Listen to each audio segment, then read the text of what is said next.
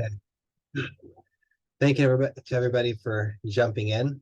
We are continuing our shiur on the tefillah, and we just finished essentially the Birchot HaShachar. And essentially what we completed were all the statutory elements of Birchot HaShachar, all the parts of Birchot HaShachar which are, halachically obligated for us to say every morning. However, some of the um, parts that you'll find in let me make sure.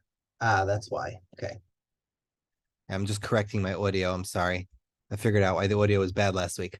So some of the parts of the Berchot HaShachar, the beginning of the prayer book that you're going to find in many Siddurim today, contain a lot of things which are not actually a halachic Berchot HaShachar. Many areas which some Siddurim will call Bakashot, some Siddurim will call it Tfilot Kodem HaTfilah. So tonight, Abner's trying to get back in. Tonight, what I want to do is I want to examine the portion of the Siddur which has a whole bunch of extra tefillot which are not halachically mandated. One does not have to say them, and yet some of them have received the status as almost as if they are obligatory. And that's really going to be the exercise for tonight, to understand these so-called bakashot, to understand these extra prayers, these optional prayers at the beginning of the Siddur. How did they come into the Siddur? Where are they from? And why are they considered so important? So we're going to be focusing on like at least 3 or 4 popular ones, such as Adonolam, Yigdal. We're going to be focusing on Matovu and a bunch of other little details. So I'm sure you could see my screen. Most of these editions, as I should mention, are from the 1600s. And the reason that many of these editions occurred in the 1600s is for one of 3 reasons. Number one would be that these were added to the tefillah because of the improvement in printing technology. Honestly, as we've mentioned before, there's a distinction between the siddur and the tefillah. The siddur is just a manual for how you do tefillah. So what ended up happening in the 1600s was that after the printing technology became much more sophisticated and much cheaper, it was much more viable for printers to add sections to the tefillah much more cheaply. It was much easier if they're going to do write a printed book. If they could add a section that would make more customers happy, it was a lot cheaper. And therefore, we find a proliferation of extra prayers thrown into the siddur. And another consequence of this is that prayers that until now people thought were optional suddenly had an illusion as if they were obligatory, since it says it in the book. Some rabbis like to say there's no greater pasuk than the siddur. Everybody thinks, so it says it in the siddur, it must be that's what we have to say. But unfortunately, siddurim were written by printers who are laymen and not rabbis. And sometimes they have rabbinical advisors, but for the most part, printing and the influence of printing plays a major part into how optional prayers become considered a little bit of obligatory. The second factor that makes the 1600s such a hot point for adding things to the siddur is the spread of Kabbalah. And the Kabbalah, the Kabbalistic movement had a drive to add more tikkunim into the tefillah, and couple that with the advent of printing and the cheapness of making your own alternative siddur, and we have more development. And lastly is the development of the great poskim. Once halacha began to develop as a post-Shulchan Aruch world in the 1600s, you had people like the Magen Avram and the Bach and the Taz, all of these big poskim arriving and putting in their own let's call it suggestions or opinions. Sometimes these are local, sometimes these are personal preferences, and yet because they are in the work of a major pasuk, we find that the tendency for them to end up in a printed siddur is much higher. The probability that it's going to end up in a printed siddur is very high. So my suspicion, at least my working hypothesis for why some of these prayers are more, let's call it, sticky than other prayers, is because, and again, for some of these I'm a little bit exasperated, but some of these, let's say we take an early one, like something which is from the early medieval, from an early medieval time, like, I'm just going to let Max back in. Let's say we take a prayer from the early medieval times, such as Adonolam. So if you think about a prayer like Adonolam, the rhyming structure of it would make it a very popular choice to teach to children. So my own theory is that part of the stickiness of some of the earliest prayers are that people said them since they were kids. And if you're going to say a prayer since you're a kid, and these were just successful in the classroom, these were just prayers or songs that were successful in the classroom, my working theory is that many of those things that people felt were precious as children, whether it was Adon Olam or Yigdal or things like that, my assumption is, and this is my suspicion, that many printers thought that those prayers, the ones they knew from childhood, were the most important ones. And for that reason, many of them remained sticky and remained stuck to the liturgy or stuck to the siddur, and were more lucky than other prayers to get into the siddur.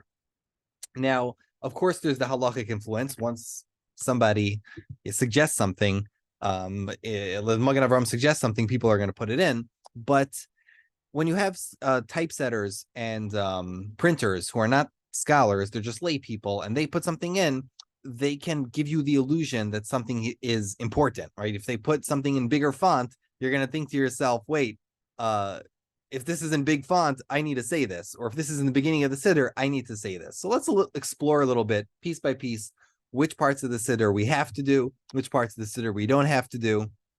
And we're going to get through it, I hope, fairly quickly. Let's start. So the first one that most people will find in the beginning of the Siddur is Ma Tovu Alecha Yaakov Mishkenotecha Yisrael. In many Yekish shuls, as you see here, they have this plastered on top of their own Kodesh. Now, the origin of this prayer is this is, of course, the pasuk that Bilam said. But the origin of this goes as far back as the Machzor Vitri. The Machzor Vitri is a siddur, really a halachic sefer put together by Rav Simcha Vitre, one of Rashi's Talmidim in the 12th century. And this siddur puts right in the beginning of the Seder Tefillah Shachris, he says that before a person enters a shul, he should say the following pasuk: V'ani b'rov chastecha avo beitecha, and then afterwards a few more psukim, and then finally Matovu Olecha Yaakov. Maybe around 100 years later, in the Sefer Orchot Chaim, which is a book which is a halachic sefer from Provence, Aaron Miluniel also reiterates the same thing, and he says before a person enters a shul, he should say V'ani b'rov chastecha avo beitecha. And that's the halacha. So if for some reason already a small minhag that started in northern France or southern Germany already became established halacha, or an established minhag already 100 years later in Provence, that before a person enters a shul, he should say V'ani b'rov chastecha avo beitecha. Then he says, and some people also say Ma Tovu Olecha Yaakov. As you fast forward a few hundred years, the poskim begin to deliberate, well, which psukim should you say when? Should you say it before? Should you say it after? So, like, should you say it while entering? Should you say it after you enter? Eventually, many of the Siddurim would put V'ani b'rov chastecha in a little bit smaller, because that was what you said before you entered the Beis HaKnesses, and you weren't going to be holding your siddur while you were walking into the Beis HaKnesses, but they would put Matovu in big. They would put Matovu Olecha Yaakov in big, because that was part of the actual siddur. That was something you were going to say once you came into shul. So once Matovu Olecha Yaakov became big and was in the bigger typeset inside the siddur, suddenly in people's brains, that was the main thing. And so the order changed. Ma Tovu Olecha Yaakov became the first pasuk of this order of pasukim, and then V'ani b'rov chastecha came afterwards. So essentially, this is a case of broken telephone. The idea really was that Ma Tovu Olecha Yaakov should not be like a unit, a paragraph of its own prayer. Ma Tovu Olecha Yaakov was originally intended as just psukim that a person should say once he has entered a Beit HaKnesset in reverence for a Beit HaKnesset. He should say Matovu Alecha Yaakov. Some poskim didn't even like it. I think it was the Marshal who said that no, Bilam said it, so we shouldn't say Matovu Alecha Yaakov. And it's just a minhag. He has a right to dispute it. But there's this illusion when you open a siddur that because there's a block of text that says Matovu, that Matovu is in and of itself like a structured prayer, as if it's a part of the tefillah that one has to say. And I'm trying to bring this to the camera. All the way from Matovu Alecha Yaakov, Ani Barov Chastacha Vo Beitecha, Vani Eshtachva Vechra Vevercha, Vani Tefilati Lecha Hashem Et Ratzon. These were just simply a collection of psukim which were a minhag to say a long time ago. They were never really considered to be a specific order and a specific block of text. The order that we have today is really broken telephone because of how the Siddurim were printed and how there was an illusion that Matovu was the main thing. If you look in the Rottelheim Siddur from Germany, they actually would put Vani Barov Chastacha in big. I'm trying to show this on my screen. Vani Barov Chastacha is in top in big because they're trying to say, don't forget to say this in the basic Knesset, but then back to Matovu Alecha Yaakov, and then they repeat the whole Matovu the backwards way. It's hysterical how history just has a way of almost Ferris wheeling a single tefillah and making it bigger and making it more complicated. But Matovu is a beautiful little thing to say. It's not necessary to say it, and if one is saying it, essentially the correct and proper way to do it is upon entering a shul, you say Vani Barov Chastacha Vo Beitecha, and once you get in, you say Matovu. So this minhag of saying Matovu actually received even more development. Apparently, in the minhag Ashkenaz, like real Yekisha minhag, what they would do is on the second day of Yom Tov, in some places, in some shuls, the second day of Yom Tov, especially like second night of Rosh Hashanah, when everybody comes back from Tashlich, when they get into shul, they all sing Matovu. I don't know why. I asked Mendy Meyer, who's here with us sometimes. He's not here tonight, but he gave me a reason. Perhaps it's for saying Pesukim before you start Ma'ariv. Honestly, that's not a good enough reason, because V'hu Rachum Yichaper Avon is for that reason, to say Pesukim before Arvit. So I'm not sure what the correct reason is. I know there's a volume of Yerushatenu, volume 11 has an article on this. I wasn't able to see it in time. They has something about this in the back. I wasn't able to see this in time about why they might think to say Matovu right before. My assumption is that because everybody was coming back to shul after a break between Mincha and Ma'ariv, they decided they didn't want to cold start Arvit, so they were going to say something. And the most logical thing to do when people are entering a basic Knesset is Matovu. But otherwise, there's no real, I don't know of any, I should say not real, I don't know of any good information or evidence or explanation that we have historically for why exactly this minhag started. But that's the minhag that we know of. The second thing that we should talk about, let me share my screen again, is of course Adonolam. Now, Adonolam is one of the most famous and one of the most beautiful Jewish poems or piyutim that were ever written. It's so beautiful that many Jewish families have the minhag to sing it at weddings. Many Jewish families have the minhag to say it at funerals. And it's honestly, if one gets a little bit familiar with Hebrew, it's really one of the most intimate, one of the most imminent and beautiful prayers that we say. And I don't really need, I'm sure that our audience is familiar with it, but if you're not, I would recommend reading Adonolam again. And Adonolam is one of those timeless, beautiful pieces. And if only we knew who wrote it. I mean, it would be wonderful if we knew who wrote Adonolam, but we just don't. And it's really a heartbreak of history that we don't know who wrote this unbelievably beautiful poem.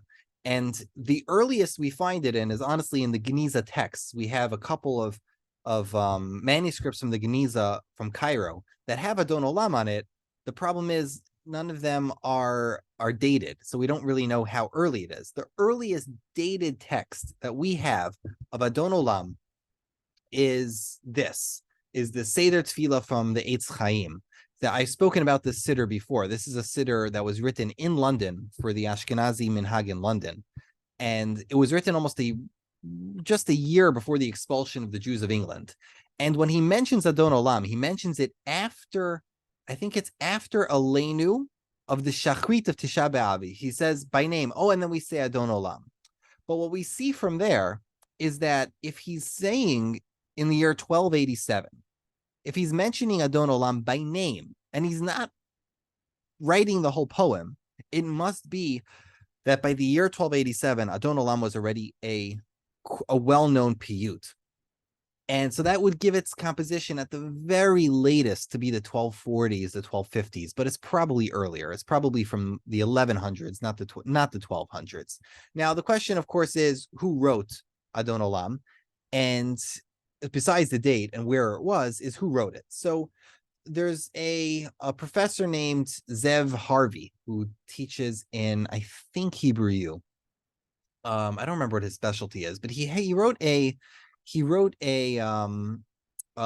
very interesting article with 9 proofs, 9 at least rayot, that this prayer Adonolam was written by Reb Shlomo ibn Gabirol, and his proofs come from the theology of Adonolam, about understanding Hashem before creation of the world, understanding Hashem after the creation of the world, the language, the words Adonolam, the words let's say B'hu Echad Ve'en Sheni. The style is very Gabirolian, and he comes to the conclusion that, and it's a very compelling conclusion, that the person who wrote Adonolam was either Gabirol himself or somebody who was very well versed in Gabirol's poetry and very well versed in Gabirol's philosophy, because a lot of the language of Adonolam is borrowed also from his famous book Fons Vitae in Latin, or Mekor Chaim in Hebrew. So it's a very compelling case. The problem is the arguments against this, and the reason everyone is skeptical, is that it's not mentioned anywhere in the Diwan or the portfolio of Gabirol. None of the portfolios that we have from Gabirol, even from the medieval times, contain Adonolam as one of his. None of the Spaniards knew it, so the Spanish Jews were not aware of it in the 1200s, like the way the English were. And lastly, and this is an argument from the Rabbanit herself, Shulamit Elitzur, she, in her book Shirat HaChol Evrit B'Sfarad Muslamit, points out that the grammar is terrible. And the grammar, let's say Ve'acharei Kichlot HaKol, right? It would say a proper grammar would be Ve'acharei Kichalot HaKol. There's a lot of little, or Yin Loch Le'olam, like there's a lot of little grammatical things. Levado Yim Loch Nora would be, I think, Yimalech. I forgot the exact grammar, but her arguments on Dikduk are, and again, she's one of those poetry scientists. Her arguments are that none of the Spanish poets, none of the professional Spanish poets like Moshe ben Ezra, Shlomo ben Gabirol, Yehuda Halevi, none of them would have ever violated grammatical rules so heavily.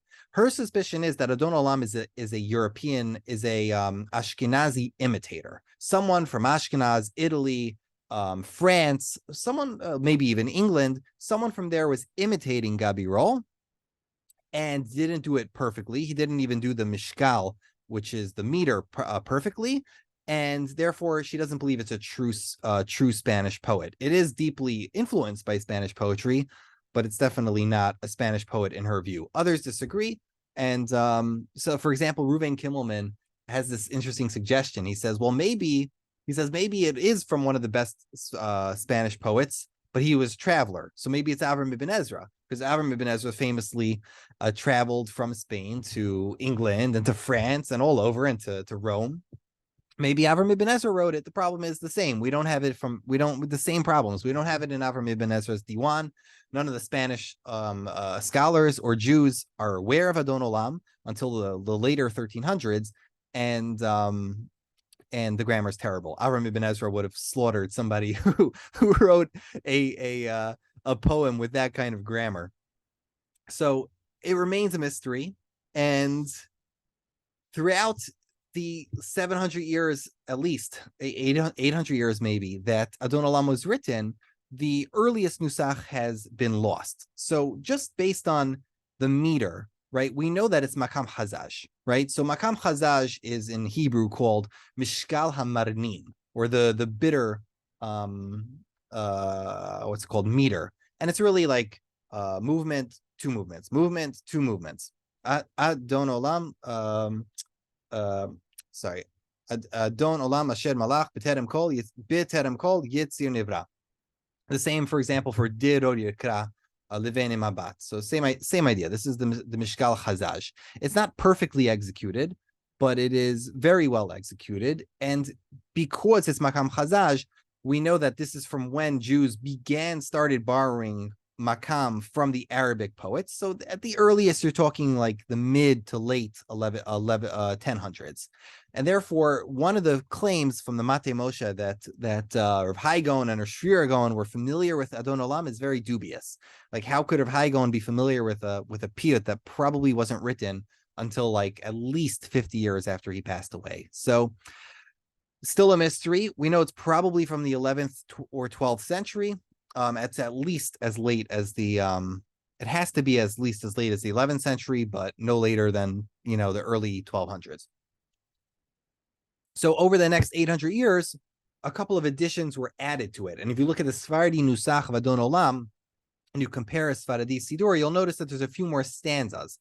The reason for this, it appears, is because there were a couple of additions in the 1300s. There were a few scholars who wrote their own additions to Adonolam. If you look at Reuven Kimmelman's article on this, he brings a couple of, not just Kimmelman, there's another one. It's escaping me at the moment, but there's a few studies of this. Yaakov Stahl, I think it was Yaakov Stahl who did this. But regardless, there's a bunch of additions to it to embellish the theology, to embellish the poetry, and just maybe 5% of those additions to Adonolam ended up in the Sephardi Nusach, even though they used to be much greater and much more expansive. Those were the only survivors. Let me see if I could just pull it up fast enough. I don't think I can. Yeah, it was Yaakov Stahl. Let me share my screen with you to show you some of these additions. It was Yaakov Stahl. Let me share my screen.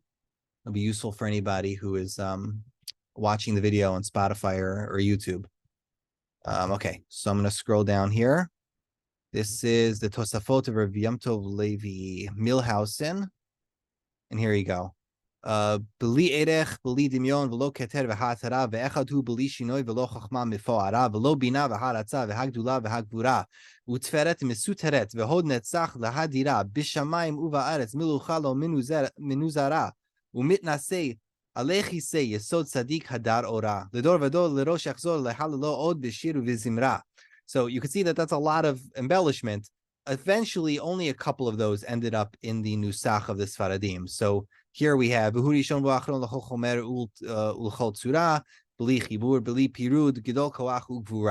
is the reason the Sephardi version is different, is because there were embellishments from scholars such as Rabbi Milhausen, I believe that was, from Italy. So therefore, we have a couple of those remnants remaining.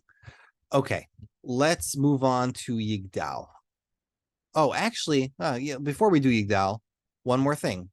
One of the things you will find in many Siddurim until very recently is a prayer called Shachar Vekeshcha. And this is great because although up until now, we've been wondering if Adonolam was written by Rav Shlomo ben Gabirol, the famous Spanish poet. Shachar Vekeshcha definitely was written by Rabbi Shlomo ibn Gabirol. This is one of the very beautiful morning prayers that he writes. And if you've never seen it before, it's because for some reason the Kol Yaakov and the Art Scroll and the Koren and the Feldheim and everybody decided that, well, nobody says this anymore, so we're just not going to put it in the Siddur. But up until very recently, and I'm holding here a Siddur from 1860, up until very recently, Shachar Vekeshcha was in almost every Siddur. This is a very short, very beautiful poem by Rav Shlomo ben Gabirol, which simply says that, which is simply a longing and a calling of a person deep from his soul, seeking and searching for God. And if you've never read it, let me admit, Max, if you've never read it, read it now. Shachar v'keshcha tzuri miskabi eroch lefanecha shachri v'gam arbi lefnei gdulatcha emod v'ibahel ki enecha tirek kol machshavot libi ma ze asher yuchal alev alashon la'asot u'ma'koach ruchi betoch kirbi hinei lecha titav zimrat enosh al ken odecha be'od tiye neshmat elok habi. Right, ending with first, he's basically expressing that how could my lips and my heart even come close to God, and how is it possible that a finite being could come close to its creator? However, it appears that you, Hashem, appreciate the songs of man, Therefore, I shall praise you until as long as my soul is still within me. And the Sephardim said this, the Ashkenazim said this. For some reason, ArtScroll decided, nope, we're not going to add this in.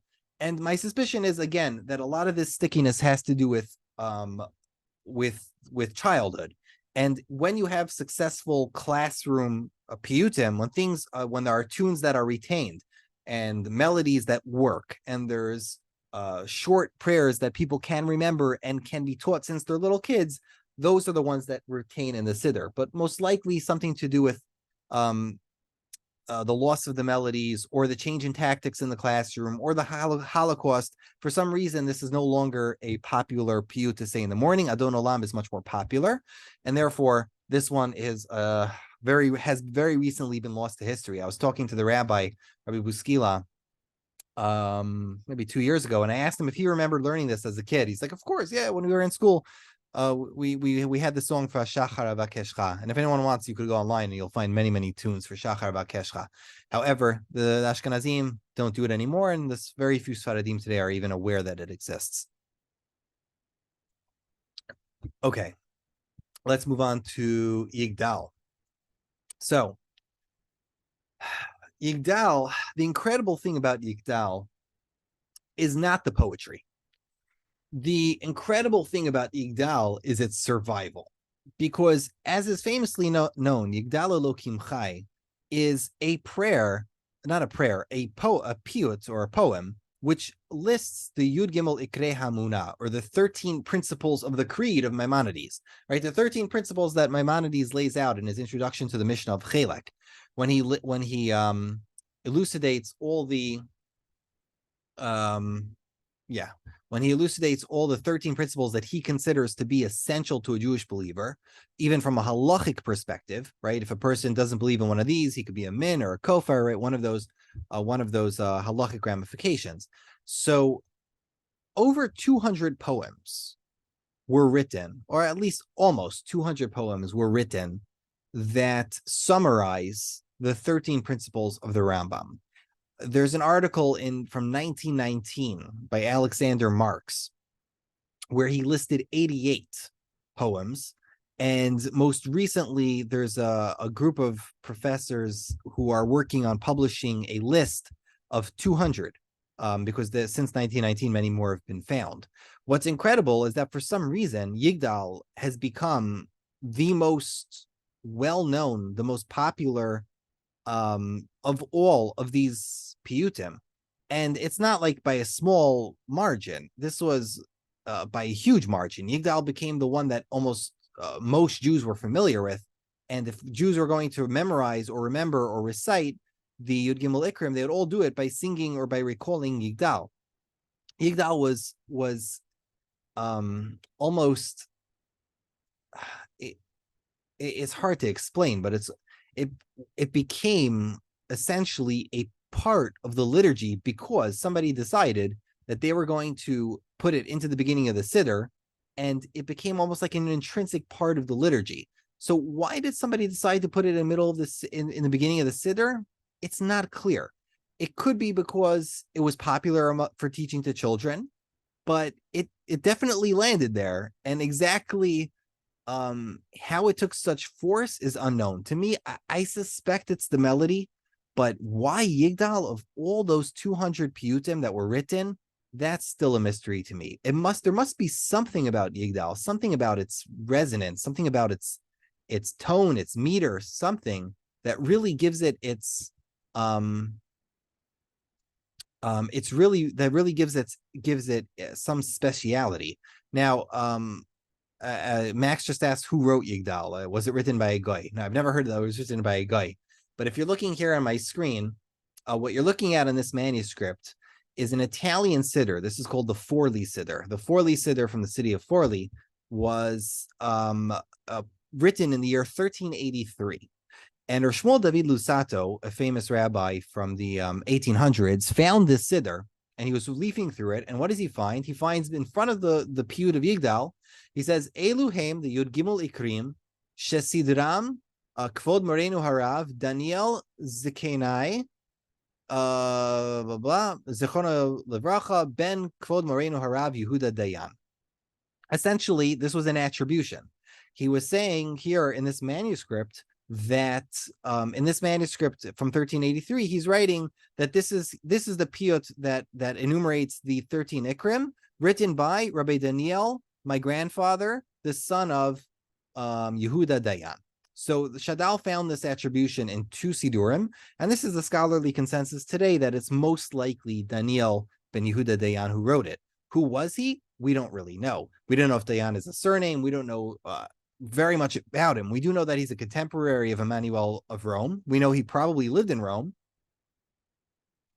But more than this, we really don't know much about him. There's been some work to try to reconstruct perhaps his family tree.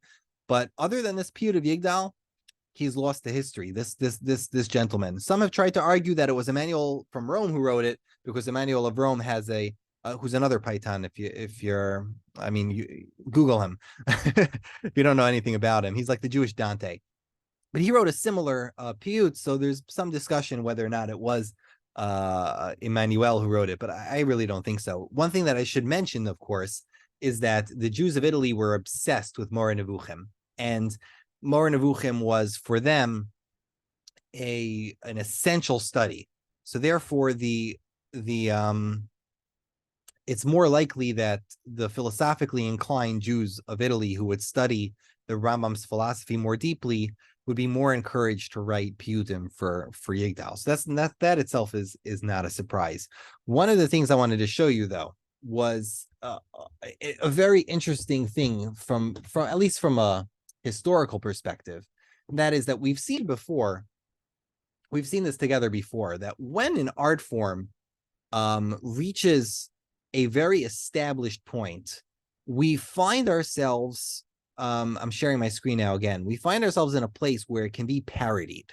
So it usually takes an art form a while, at least a decade, before it's familiar enough among the masses to become something that people can parody. So when we see an art form that's a parody or a genre, which is a parody of a genre, then that means that this is already well established. So if you look here, what I'm showing you here is from Alexander Marx's article in 1919. In the footnotes, he brings 2 parodies of Yigdal that were written in the 1700s in Italy.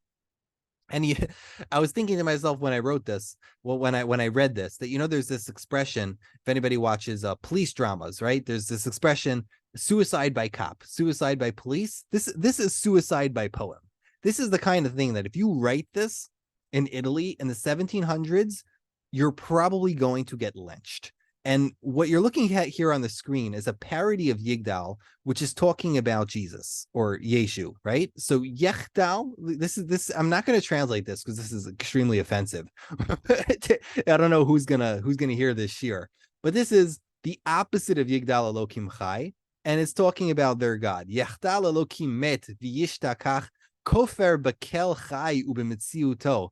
Echad v'shalosh hu ki yesodo nelam bevo et sof lachduto hen lo demut guf v'hen hu guf tinuf umitunaf b'kedushato katan lechol davar asher nivra liyesod efro shav bereshito.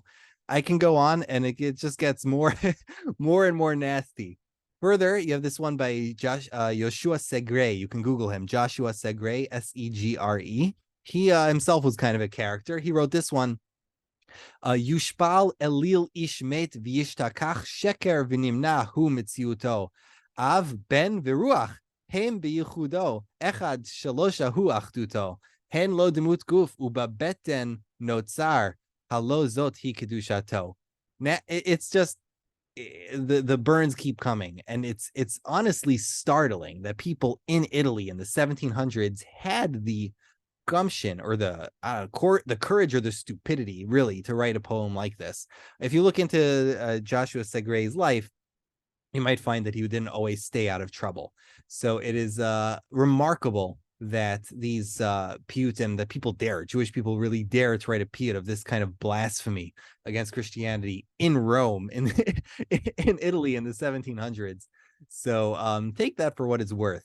However, what that shows us, of course, is that Yigdal was so familiar to Jews in the 1700s already because of the printing press and because it was in all the Siddurim, so it was so familiar to people that writing a parody of it was natural. And that, like, there was no other piyut of the 13 Ikrim. Yigdal was the piyut of the 13 Ikrim. So again, I am befuddled. I don't know how or why Yigdal survived despite the 199 other ones.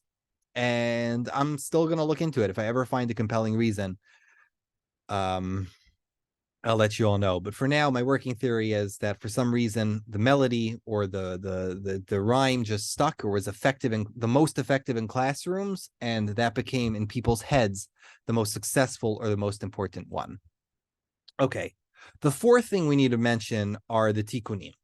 So let's take a little time machine to the 1600s. Now, the 1600s was an intense century for the Jewish people. Pictured here on the screen is I forgot his first name, Yamach Shemo v'zichro, Khmelnytsky, of the Ukrainian Khmelnytsky uprising, the Khmelnytsky rebellion. In the 1600s, there was an immense amount of change happening in the Jewish world, and one of the many flows of change that was occurring was the spread of Kabbalah from Tzfat all throughout the Jewish world. Now, what previously might have been a doctrine for a few and a doctrine for a couple of worthy people, disciples of Kabbalists, eventually became a doctrine which was being pushed to the masses. In the 1600s, it was pushed with some setbacks, like the incident of Shabtai Tzvi, of course. But the Kabbalistic movement or the Kabbalistic teachings began to spread far and wide. After for example, the Arizal passed away and the Rav Chaim Vital wrote the Shara Kavanot, a lot of the Kavanot in the Shara Kavanot and a lot of the Arizal's teachings in regards to prayer were repeated and retaught and rehashed and embellished after the Arizal's time and after even the time of Rav Chaim Vital. Now, there was a Jew in this time, in the 1600s, named Rav Nosson Hanover. Rav Nosson Hanover, as far as I understand, lived in Ukraine. And he learned by Rav Chaim Vital's Talmud. So when he was in Ukraine, or right when he left after the uprising, he wrote a sefer called Sha'arei Tzion. And the Sefer Sha'arei Tzion was almost a book of essential prayers for the Kabbalistically leaned. Now, what many people don't understand about the Khmelnytsky uprising was that there was a Jewish refugee crisis. After the Ukrainian rebellion, hundreds of thousands of Jews were displaced and traumatized. So there was as Adam Teller retells in this book here, and from 2020, there's many of the Jews were spread all over Europe, and they were traumatized. They needed to be accepted and rehabilitated, and they spread all over Europe. Because Rav Nosson Hanover's book came from Ukraine, and because so many of the Jews carried along his Sfarim, the Sha'arei Tzion and the teachings in it spread pretty far. And at least this is according to Yitzchak Elbogen. He holds that the Sha'arei Tzion was spread by the Khmelnytsky rebellion. And this book contains in it, if you could find it on Hebrew books, many quote-unquote tikkunim, many tefillos of the Kabbalistically minded, and many things that a person who is mystically inclined or a disciple of the Arizal should say every morning or every day throughout the entire day. So you couple a book like this with the Siddur HaShla, which came out in the early 1700s, after the Shla passed away. And you have a situation where the Kabbalah is finding a foothold into many of the newly printed Siddurim. If the Shla, what's the word? If the Shla, the Shai Levi Harwitz, if he recommended or approved a prayer, it was going to gain more traction. If he recommended something be put into the Siddur, it was going to get a lot more weight than some random guy's Siddur. So the Siddur Hashla in the early 1700s, coupled with the Sharet Zion, created a situation where there were two popular books that had a bunch of extra material in the beginning of the Siddur. In the Ashkenazi world, many of these tfilos began to be called the tfilot kodemat tfila. And in the Sephardi world, many of them began to get called the Bakashot. And I'm just showing, this is just a map of the path of Chmielnicki's army. Anyway, this drove the Jews through Poland and through Austria, etc. So what we have at the end of the day is that if you open up a Nusach Sfard Siddur today, the Nusach Sfard contains many of the compilations of the Hasidic Siddurim. Now, as you might know, we're not going to get into the history of the Hasidic movement, but the Hasidic history, the Hasidic movement occurred in the 1700s. So when the Rebbes were rising, when there was a rise of the Rebbes, many of the Siddurim that were being published for these up-and-coming Hasiduses, many of these Siddurim were published by Rebbes who were very familiar with a lot of these mystical prayers, especially the Sharet Zion, especially the Siddur Hashla, and a lot of them added in many of these prayers that they knew from these places. A lot of Siddurim that were written for the Jews of the Sephardic world, who also had plenty of rabbis who were Kabbalistically inclined, also included many of these so-called Bakashot. And if you open up a Moroccan Siddur today, I'm holding up the Koran, for example, they'll have a good 25 pages of Bakashot, or like optional things you could say. The Sfaradim predominantly keep them piyutim, like mostly it's poetry, and a couple of viduyim and stuff like that. And it includes Adon Olam and Yigdal and Shachar Vakeshcha.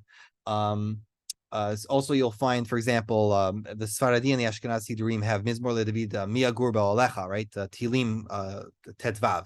This is actually a very old minhag, which seemed to get erased from many of the contemporary Siddurim, and now it's in the Bakashot.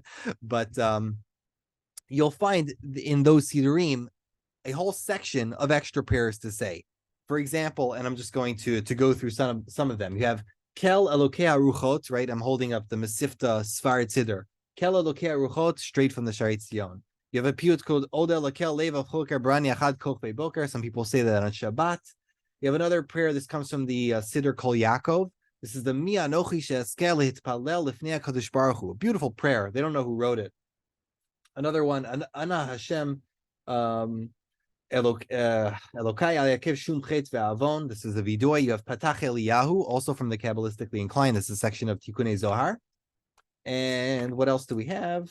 There's the Tfilah of Elimelech, right? The Tfilah of Elimelech of Lazinsk is over here as well. And you know, it was funny when I went through all of these tfilos. I think I went through it on Shabbat. I was looking at it and I recognized to myself, I'm like, you know, there's a general rule. If a tefillah ends with a main kin hiratzon or a main sela, you probably don't have to say it. It's almost like a general rule.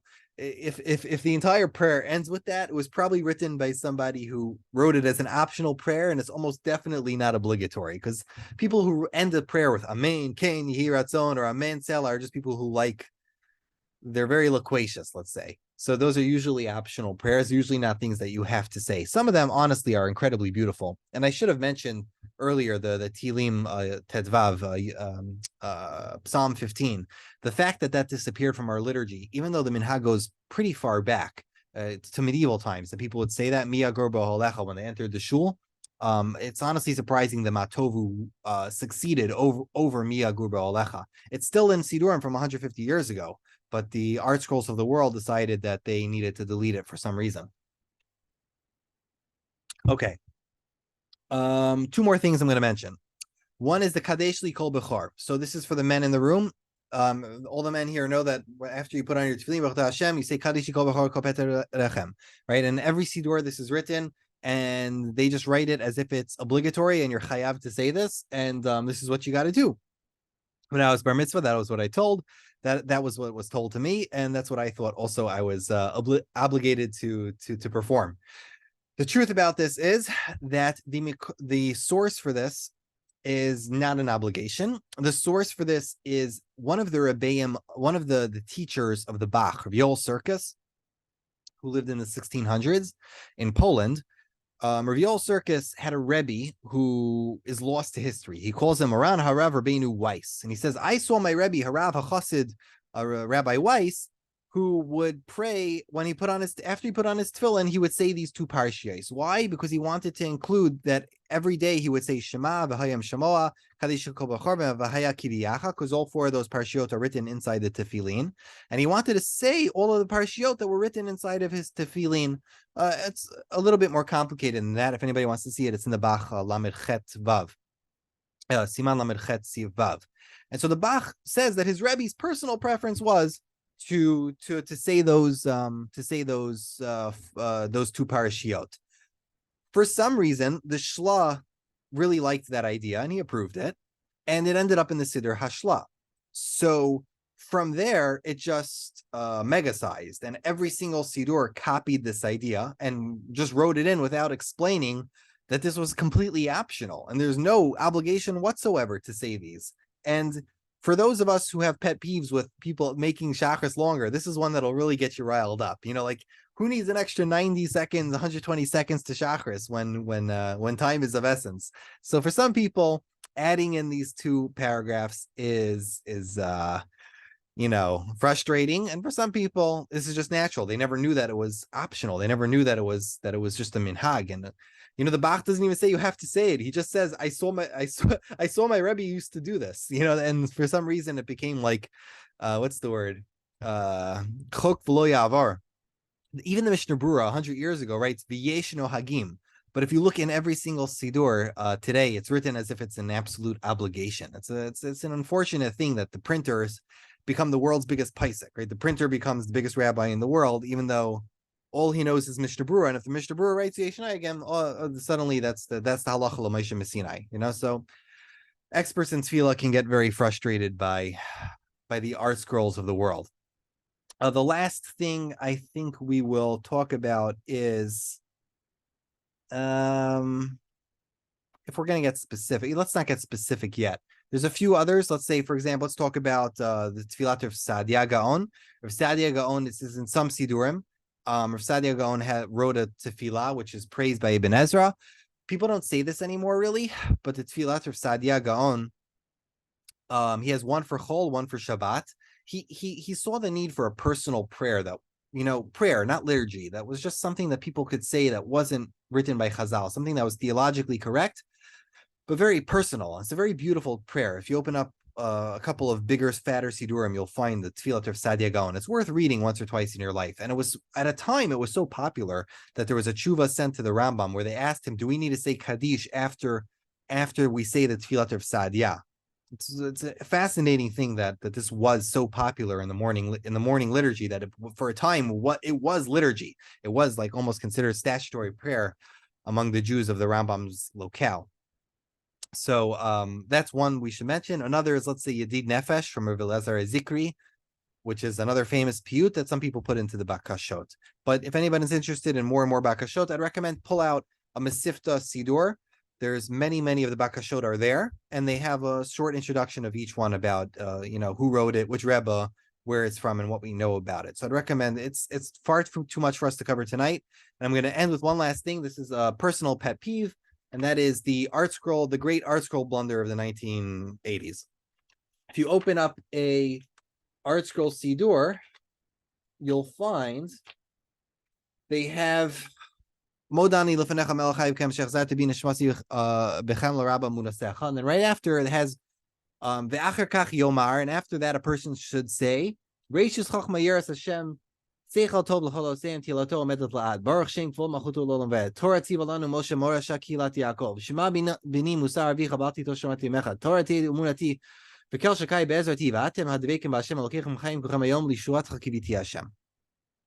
10 random psukim. Where in the world did our school get this from? So the truth is that in many of earlier Siddurim, there was a page called Tefilot Pisukim Lepuutot, right? Verses for little children. Meaning, if you have a class of toddlers, here's a page of Tfilos. If you're a Mora, here's a page of little Tfilos to say with your children if you're a Mora and you have a nursery class. That's essentially what the tefillah liputos is. And unfortunately, Article decided that without any authorization from any rabbi, without any twice thinking about it, because whoever redacted the Article Siddur was a printer or a person who knew Mr. Brewer very well, but grew up saying these psukim every morning after Moda'ani, what happens when you're a kid sticks in your brain. This is one of the things which bolsters my theory. What you say when you're a kid becomes extremely important to you, and people begin to think that it's liturgy, that it's really part of the actual prayers, just because they said it when they were kids over and over after Moda'ani, they said this. Now, these psukim were completely arbitrary. Besides Torah Tzivilanu Moshe Kilat Yaakov, which is a Rambam, they should teach little kids this pasuk. But these psukim were just printed in the beginning of the Singer Siddur. The Chabad Siddur has a page for it. But these are really Siddurim from the early 1900s, which just, they thought, hey, what if we add a page for Moras who have nurseries? And for some reason, the printers who wrote the Art Scroll Siddur, like the Yitzchak Yair, which has seen millions of copies, just decided one day that when they put out the Siddur, we're going to put that and not tell anybody that those are, well, they probably didn't know, honestly, that these were Pesukim to only be said by toddlers. Now, why is this a big deal? Well, for two reasons. It's a big deal, first of all, because they didn't notate that these are optional. They put it in large text as if it is part of the standard liturgy and it's something that someone needs to say. And number two is that it's actually halachically problematic, because you can't say a pasuk like Torah Tzivilanu Moshe. You can't say a pasuk like what's it called? Which ones do they put there besides Torah Tzivilanu? They put a few psukim that are like actual biblical verses from Devarim. So you can't say psukim when you wake up in the morning before you said Berachas HaTorah. So you really can't do that. And if you look in the newest version of the Art Scrolls in the Wasserman edition, they whittled it down to like two, like Torah Tzivilanu Moshe and then like maybe Baruch Shem. They just put two of them, which are from Nevi'im, because they didn't want to completely recant and completely take back what they did previously. So they just whittled it down to two that weren't psukim in the Torah, and they put it right after Maidani, but still without any instruction that it's optional. So the unfortunate part about this from Art Scroll's perspective is that this was a glaring, it was a red siren, and almost like they were divulging that they weren't experts in tefillah. Like when you start your siddur and you open in the first page, there's a catastrophic blunder, a halachic blunder, and like just a printing, like an ordinary printer would be like, what? Why are you putting the children's page in middle of the adults page? It was such a blunder in Art Scrolls. What's it called? From their perspective, I can't believe they dug their heels in. They didn't like fix it in the next edition or 5 editions later. They just dug in their heels, and like stubborn Jews kept it and for 40 years until they finally, edged back a little bit in the Wasserman Siddur. So I don't know if it's the nature of stubborn Jews or the fact that our school just couldn't afford an expert in tefillah or couldn't find one, but it was really inexcusable. And it just goes to show you how, unfortunately, the printers have a larger say in what happens in the tefillah that Jewish people say. And not always are they the biggest Talmidei Chachamim, and not always is what ends up in the Siddur there for a good reason. This is just something from our lifetime that we could look at. And I'm sure you can all open a siddur and point to me your own examples of things that end up in the siddur that are not there for a good reason. Sometimes it's there for coincidence, and very often it's there because somebody found it to be a very important part of his or her childhood memories, and therefore they put it in. I, for example, I always felt that the reason the Moroccans would say Yigdal at the end of Tefillot was because they wanted to rope in the children. Like they always wanted to make sure that when the children were in shul, they would give them a song that they could sing that they could always remember for their entire life. Like even if the kids go off the derech, they'll know Yigdal by heart. And they'll know the principles of the faith. This was just something that was the Rabbanim had foresight. That if we're going to have if we're going to involve the kids in tefillah, let's make them sing a nice tune that we all love. Make it the principles of the faith, in case they grow up and they're no longer attached to the faith. At least they'll know Yigdal by heart, so they'll remember all the principles. That's my suspicion. And once the kids started doing it in shul, the Ad Hayom Hazeh, you have the adults doing it as if it's the Torah L'Moshe Sinai. But okay, I don't mean to be cynical. A lot of the beginning of the Siddur has some very beautiful, tefillos. Just today, if you want to learn anything tonight, Adonolam is beautiful and optional. Yigdal is beautiful and optional. Matovu is beautiful and optional. Kadeshi Kol Bechor and V'haya Kiviyacha is great and optional. Make sure you say it before. Make sure you said Birchat Torah before you say that, because the whole point is to learn the Pesukim. And in case you haven't purchased a large format siddur of some sort, like the Mesifta or the Oser Tfilos, or a larger, thicker Moroccan siddur with the Bakashot, it might be worth it to take a look and to look at all those other piyutim, especially women or men, anybody who's not as comfortable with fixed liturgy. Like some people, they look at the siddur, they love, the siddur is good enough for them.